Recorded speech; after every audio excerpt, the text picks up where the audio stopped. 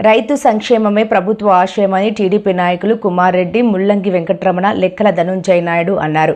చిత్తూరు జిల్లా పులిచెర్లలో గురువారం వేరుశనగ విత్తన కాయలు పంపిణీ కార్యక్రమాన్ని టీడీపీ నాయకులు ప్రారంభించి రైతులకు విత్తన కాయలు అందజేశారు. ఈ కార్యక్రమంలో వ్యవసాయ శాఖ అధికారి హరిప్రసాద్, టీడీపీ నాయకులు సరస్వతి, నాగరాజు నాయుడు, శ్రీనివాసులు, గూకంటి నాగరాజు, రమణ, ప్రభాకర్, ఎర్రమరాజు, సచివాలయ సహాయకులు లీలా ప్రసాద్ రైతులు పాల్గొన్నారు.